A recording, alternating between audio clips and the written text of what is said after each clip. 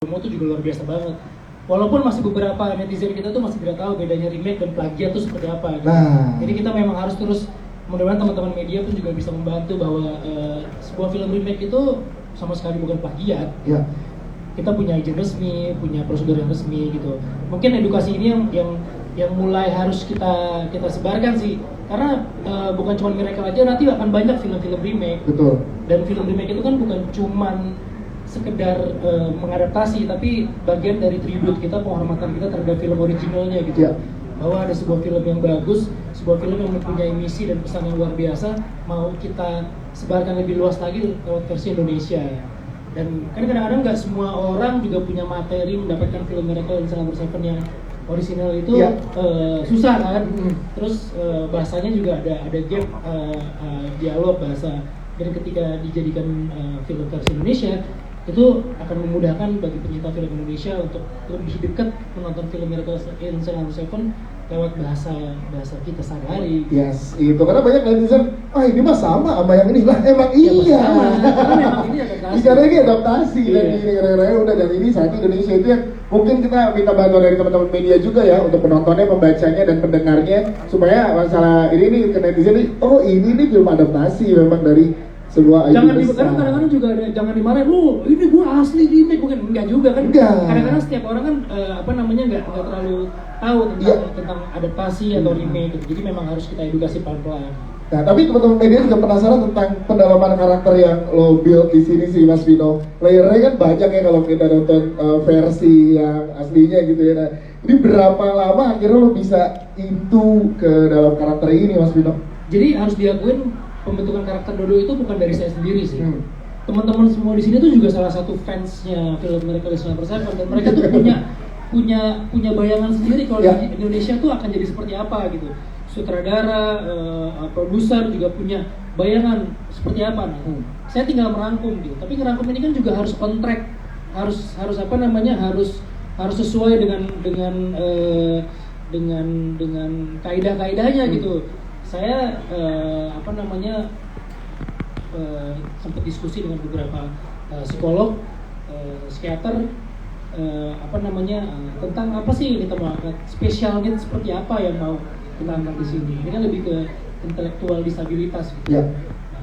Saya punya role model juga di salah satu panti. Setiap hari saya datang untuk melihat seperti apa sih. Jadi observasi gitu, jangan sampai ada yang salah, dan semua itu saya kumpulin materi-materinya, saya serahkan ke saudara, ke produser, mana nih yang akan kita ambil untuk film ini. Karena gimana pun juga ini sebuah film butuh sisi dramatisnya. Ya. Dan sisi dramatis itulah yang sutradara yang nanti akan ini kita ambil, yang ini nggak usah, yang ini kita coba ramu sehingga nanti hasilnya yang akan nanti ada di filmnya nanti. Oke, siap. Terima kasih, tepuk tangan untuk Mas Vino Bastian yang sudah berjam. Dan selain para pemain, sutradara dan produser yang udah hadir, di sebelah Ibu Fredrika sudah ada Anmesh. Gimana film ini akan bertambah indahnya, bertambah, kalau tadi kata Pak De itu persentuhan.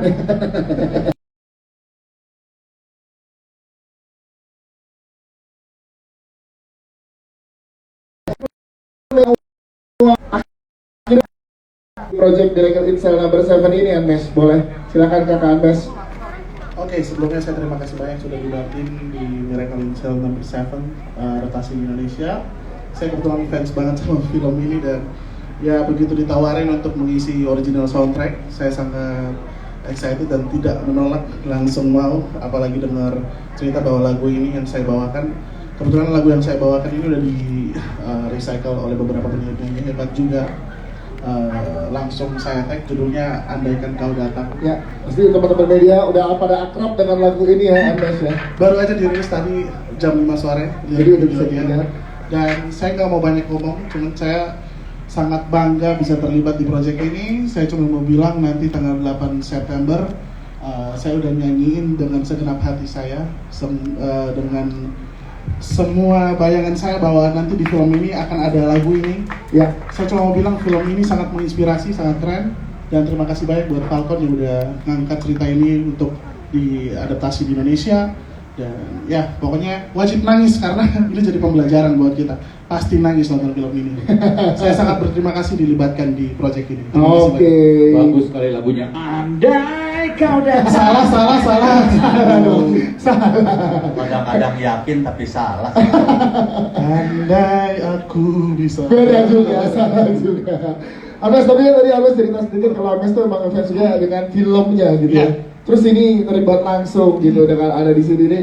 Ada ketakutan atau beban tersendiri nggak sih Ames saat pertama kali membawakan lagu ini yang akan nanti barengan atau ditempel di dalam filmnya Ames? Sebenarnya bebannya di lagunya udah kuat banget. Saya harus membawa nyawa baru dalam lagu ini karena sebelumnya juga penyanyi yang membawakan atau merecycle lagu ini udah sangat kuat karakternya dan mungkin yang bakal bikin lagu ini makin kuat lagi karakternya adalah di film ini gitu. Yeah. Jadi sangat luar biasa kolaborasi antara film dan lagu. Jadi saya yakin bakal nyampe ceritanya dan semoga nanti pesan di lagunya juga bisa nyampe dengan cerita. Pokoknya semoga bisa nyampe. Amin. Siap. Terima kasih Ames. Tepuk tangan dong untuk Ames. Ke Bu Frederick lagi, Bu Frederick sedikit boleh ceritain dong dan ada seberapa lama diskusinya mungkin barengan sama Mas Ado atau sama teman-teman dari Falcon untuk melihat oke nih kita unmesh nih gitu. Itu berapa lama Bu, boleh diberi informasi ke teman-teman media Bu Erika? Sebenarnya proses editingnya Miracle ini cukup lama, artinya dari syuting sampai sekarang ya 2 tahun ya Mas Anung ya? Iya 2 tahun, terus kita nentuin lagu yang pas untuk ending scene ini juga mungkin tahun terakhir kali ya, tahun terakhir which is kita yakin yang paling pas ini ya dengan suara Ames gitu, makanya dengan sentuhan suara emasnya makin luar biasa jadi di scene-nya jadi makin kuat ya, makin indah, makin menyentuh, makin bercucur air mata pas nonton ya gitu deh Mas. Jadi tunggu tanggal 8 September ya. Oke. Kita sekarang berikan kesempatan buat teman-teman media ngobrol, bertanya dengan para cast, sutradara, produser dan juga ada pengisi original soundtrack, ada Unmesh Kamaleng hari ini. Silakan yang ingin bertanya teman-teman media di sebelah sana boleh. Nama, media dan pertanyaannya.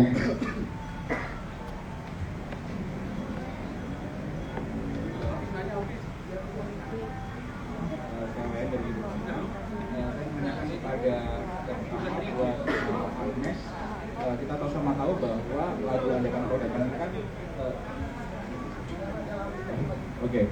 buat Unmesh Andaikan Kau Datang ini kan setahu saya dari Ghost Plus, kemudian di remake oleh Erick Mujitawa dan perusahaan Never 2004, kemudian di-remake lagi oleh Bang Boril dan kawan-kawannya.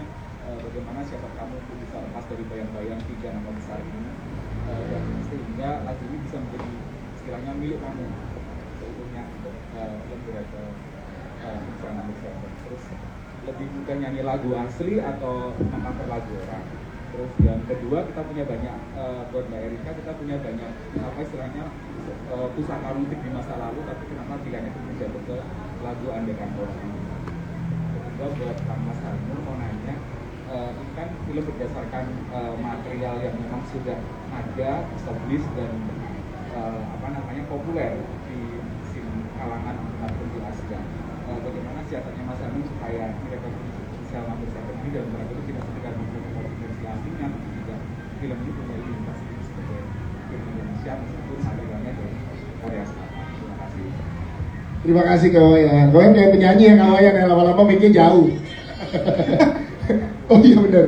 Unmesh dulu boleh silakan menjawab. Unmesh gimana cara Unmesh biar lepas dari bayang-bayang karena yang merecycle juga udah banyak lagu ini. Silakan. Oke, itulah alasan kenapa saya bilang bebannya ada di lagu pembawaan lagunya. Jadi sebenarnya ketika saya take vokal dan akhirnya berusaha untuk keluar dari warnanya plus abis itu ada Om Erwin sama Ruth Sahanaya, Mama Utep, abis itu Noah juga sempat merecycle. Saya punya satu cara akhirnya bisa memasukkan nyawa di lagu ini. Saya kebetulan udah nggak punya papa. Dan lagu ini scene-nya itu bersangkutan sama papa dan saya membayangkan papa saya ketika saya take vokal dan ketika udah selesai take vokal kebetulan saya cuma one take jadi Wow. Saya benar-benar menaruh rasa, benar-benar menaruh sebuah pengharapan untuk andaikan saya bisa ketemu dengan papa saya kembali, dan mungkin rasa itu yang bisa membedakan Unmesh, Pus, Ruth Sahanaya sama Noah. Mungkin itu ya. Terima kasih tepuk tangan dong untuk Unmesh. Terima kasih Unmesh. Ibu Frederica, boleh dijawab pertanyaan dari Kak Wayan tadi, dari banyaknya banking lagu yang ada di Indonesia, kenapa akhirnya memilih Andaikan Kau Datang nih untuk menjadi original soundtrack Miracle in Cell No. 7? Pemilihannya sebenarnya dari editing datang ya. Setelah kita diskusi, lagu ini adalah yang paling cocok untuk mengisi adegan terakhir itu, scene terakhir itu gitu. Tapi karena kita ngerasa versinya Pus itu memang lampau, maksudnya agak jadul gitu ya, makanya kita akan meremake juga lagunya dengan versi modern gitu. Nanti kalau Pus yang ngerti cuman Mas Indro doang soalnya. Ya kan tahunnya beda ya. Ya makanya di remake ulang sama Unmesh yang memang generasi sekarang gitu. Musiknya pun juga dikompos lebih modern. Yes, seperti itu. Terima kasih Bu Frederica. Selanjutnya Mas Hanung, boleh dijawab Mas Hanung pertanyaan yang Kak Wayan. Biar tidak sekedar jadi, karena ini udah banyak dibuat juga di versi negara-negara lain ya Kak Wayan. Silakan Mas Hanung. Susahnya mengadaptasi film ini karena film ini berurusan dengan hukum ya. Karena si tokoh utama kita, baik itu di film Korea maupun di film Indonesia, di film originalnya itu kan dia menggugat hukum kan, atas ketidakadilan hukum terhadap orang yang quote unquote disabilitas tidak normal gitu kan, tidak normal, melawan hukum yang dianggap normal ya kan oleh manusia normal. Jadi dia melawan itu kan.